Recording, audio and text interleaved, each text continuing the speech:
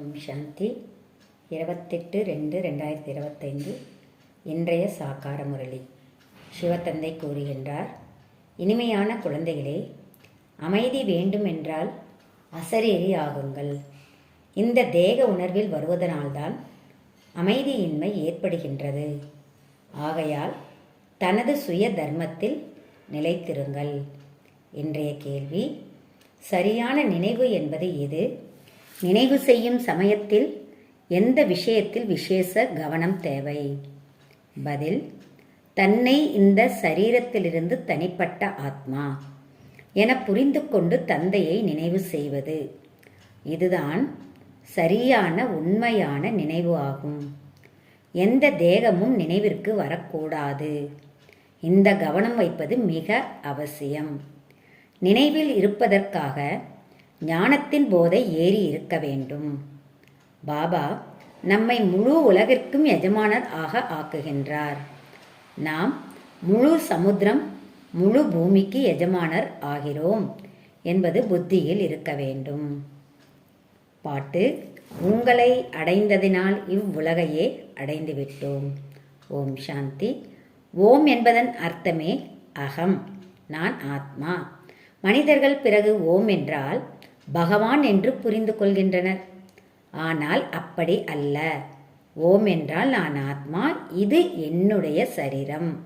ஓம் சாந்தி என்று சொல்கின்றோம் அல்லவா?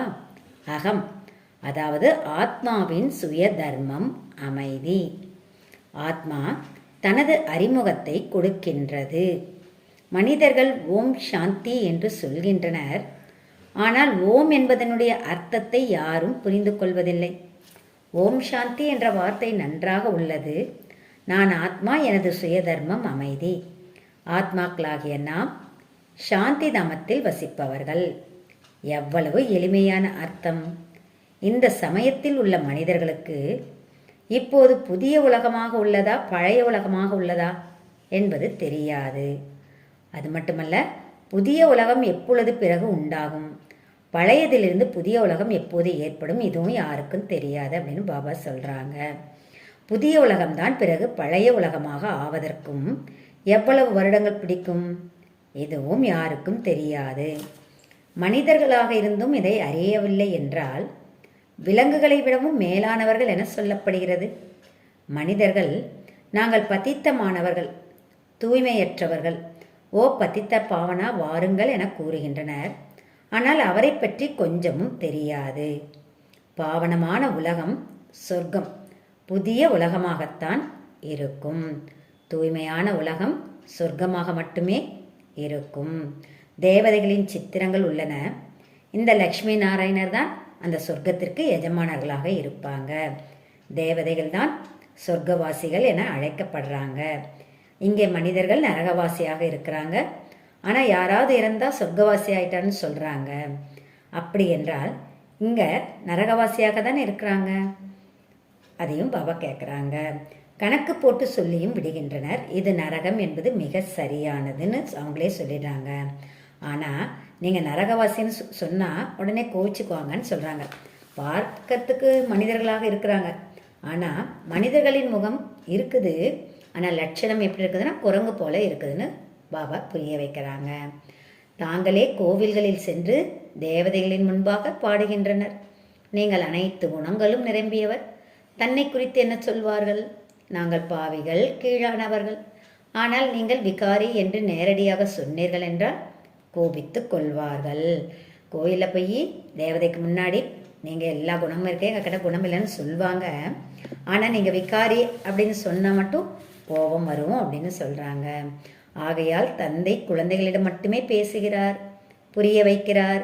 வெளியாட்களிடம் பேசுவது இல்லை. ஏனென்றால் கலியுக மனிதர்கள் நரகவாசியாக உள்ளனர். இப்போது நீங்கள் சங்கமயுக வாசிகள். நீங்கள் தூய்மை அடைந்து கொண்டிருக்கிறீர்கள். பிராமணர்களாகிய நமக்கு சிவபாபா படிப்பித்து கொண்டிருக்கிறார் என்பதை அறிவீர்கள். அவர் பதித்த பாவனர். ஆத்மாக்களாகிய நம் அனைவரையும் அழைத்து செல்வதற்காக தந்தை வந்துள்ளார்.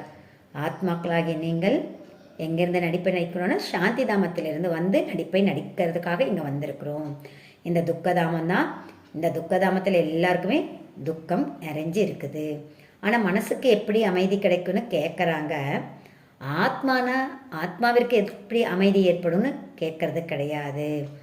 அப்போ நீங்கள் ஓம் சாந்தி சொல்கிறீங்கள்ல, அப்போ என்னுடைய சுய தர்மம் அமைதி, பிறகு அமைதியை ஏன் கேட்கிறீர்கள் அப்படின்னு பாபா கேட்குறாங்க. தன்னை ஆத்மா என்பதை மறந்து தேக அபிமானத்தில் வந்து விடுகிறீர்கள். ஆத்மா மறந்து தேக அபிமானத்தில் வர்றதுனால்தான் அமைதி இல்லாமல் போயிடுது. ஆத்மாக்கள் சாந்தி தாமத்தில் வசிப்பவர்கள். பிறகு இங்கே அமைதி எங்கிருந்து கிடைக்கும்? அப்போ அமைதி எங்கே இருந்தாலும் கிடைக்கணும்னா அசரீரி ஆகணுங்கிறார். அசரீரி ஆவதன் மூலம் அமைதி ஏற்படும். சரீரத்துடன் ஆத்மா இருக்கின்றது எனும் பொழுது அவர் கண்டிப்பாக பேசவும் நடக்கவும் வேண்டி உள்ளது. ராவணன் தான் ஆத்மாவினுடைய எதிரி.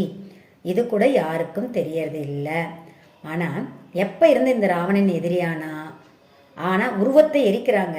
ஆனால் ராவணன் யாருங்கிறது யார் ஒருவருக்கும், பெரிய வித்வானாக இருக்கிறாங்க, பண்டிதர்களாக இருக்காங்க, யாருக்கும் தெரியறது கிடையாதுன்னு பாபா சொல்கிறாங்க.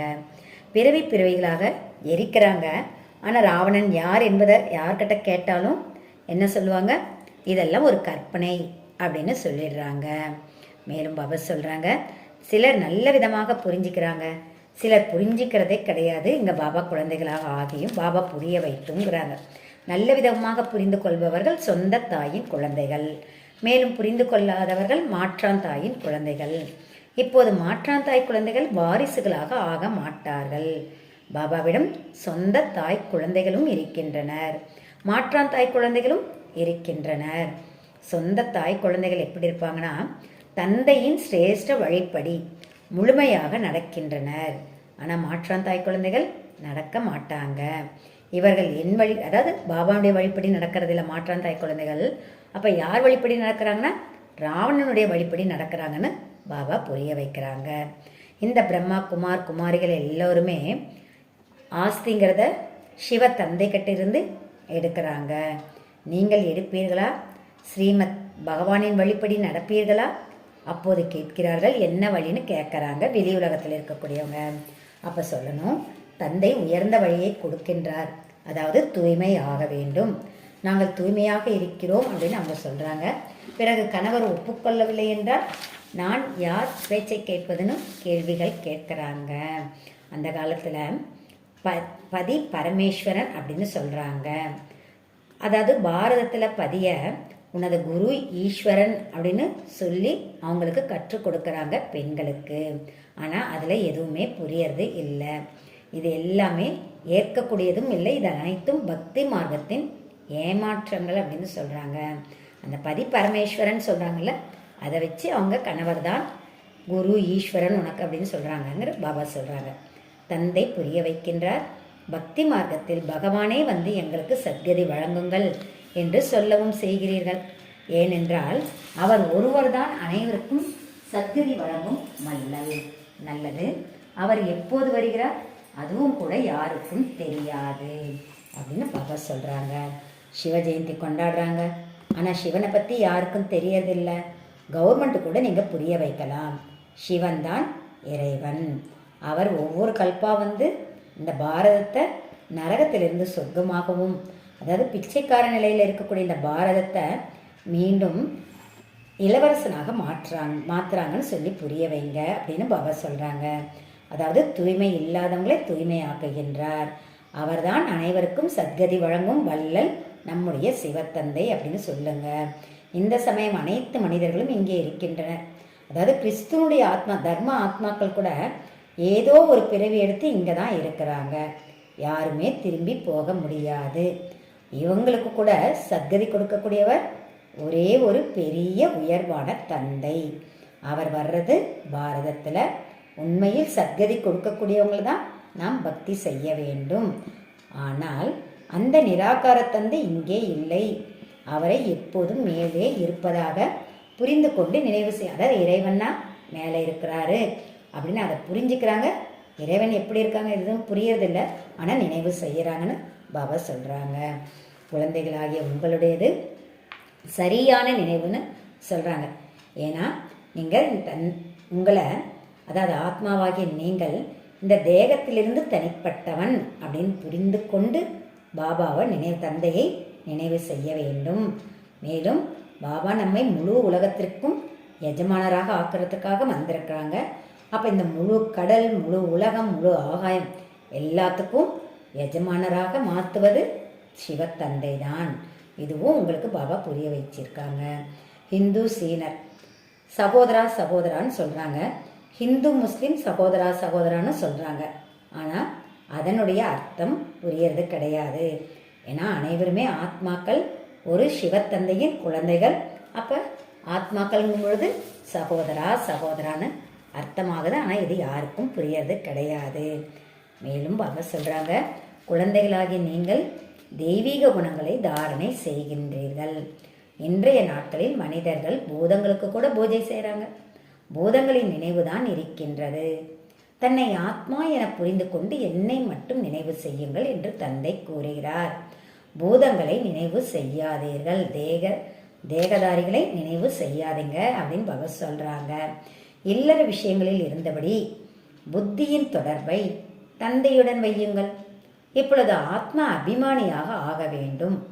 எந்தளவு தந்தையை நினைவு செய்கின்றீர்களோ அந்த அளவிற்கு பாவ கர்மங்கள் அழியும். ஏன்னா ஞானத்தின் 3வது கண்ணாகிய ஆத்மா அதை பாபா நமக்கு கொடுத்திருக்கிறாரு. இப்போ நீங்கள் விக்ரமஜித், அதாவது பாவ கர்மங்களை வென்றவராக ஆக வேண்டும். அப்போ அந்த பாவ கர்மங்களை எதன் மூலமாக எப்படி வெல்ல முடியும்? யோக பலத்தின் மூலம் வெல்ல முடியுங்கிறாங்க. மேலும் பாரதத்தின் யோகம் என்பது புகழ் வாய்ந்தது. ஏன்னா சிவத்தந்தை நமக்கு இந்த யோகத்தை பற்றி சொல்லித்தரதுனால பாரதத்தில் தான் வர்றார் அவரும். ஸோ அந்த யோகம் புகழ் வாய்ந்ததாக ஆகிறது. மேலும் பாபா நம்மளை சொல்கிறாங்க, நீங்கள் ராஜ ரிஷிகள், அவர்கள் எல்லைக்கு உட்பட்ட சந்நியாசிகள், நீங்கள் எல்லைக்கு அப்பாற்பட்ட சந்நியாசிகள்.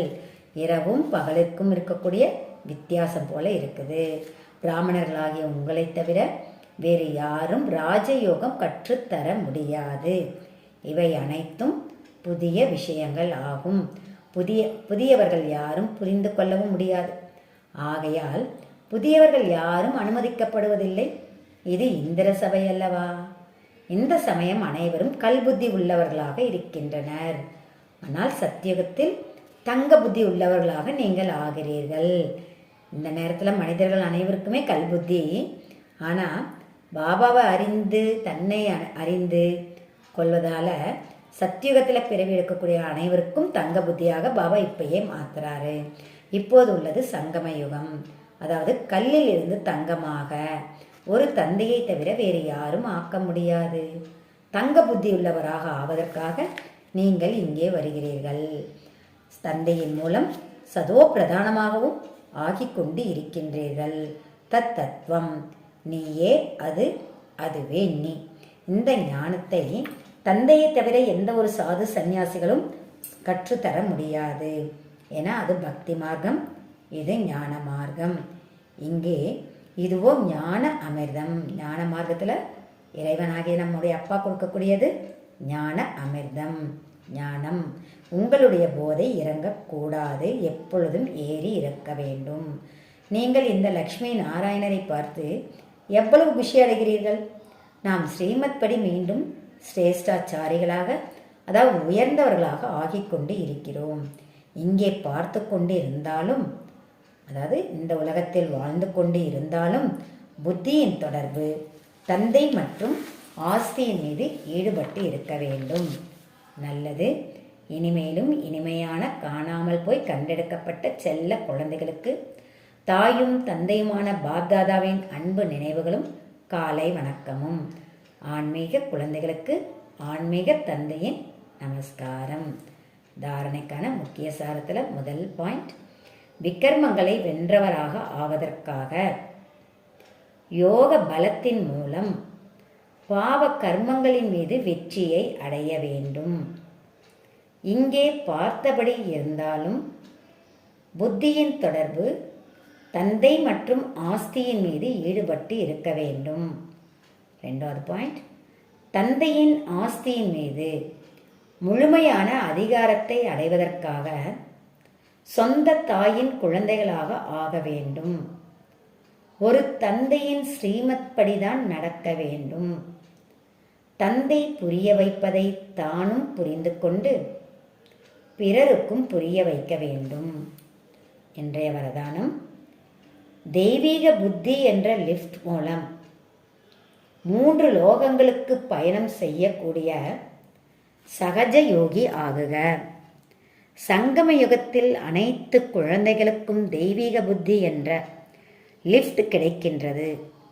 இந்த அதிசயமான லிஃப்ட் மூலம் 3 லோகங்களில் எங்கு செல்ல வேண்டுமோ அங்கு சென்றுவிட முடியும். நினைவு என்ற ஸ்விட்ச் ஆன் செய்தால் போதும். லிஃப்ட் ஏறுறதுக்கு ஒரு ஸ்விட்ச் ஆன் பண்ணுவாங்கள்ல, இந்த இடத்துல பாபா என்ன சொல்கிறாங்க, அந்த 3 லோகங்களுக்கும் போக வேண்டும்னா முதல்ல நினைவுங்கிற ஸ்விட்சை ஆன் பண்ணுங்கிறார். வினாடியில் சென்றடைந்து விடுவீர்கள். மற்றும் எந்தளவு நேரம் எந்த லோகத்தின் அனுபவம் செய்ய விரும்புகிறீர்களோ அவ்வளவு நேரம் அங்கு நிலைத்து இருக்க முடியும். இந்த லிஃப்ட் பயன்படுத்துவதற்கு அமிர்த வேலையின் கவனமாக இருந்து நினைவு என்ற ஸ்விட்ச் யதார்த்த முறையில் செட் செய்யுங்கள். அதிகாரத்துடன் இந்த லிஃப்டை காரியத்தில் பயன்படுத்தும் பொழுது சகஜ யோகியாக ஆகிவிடுவீர்கள். கடின உழைப்பு முடிவடைந்து விடும். இன்றைய ஸ்லோகன்: மனதை சதா மகிழ்ச்சியாக வைத்துக்கொள்வது இதுதான் வாழ்க்கை வாழும் கலையாகும். ஓம் சாந்தி.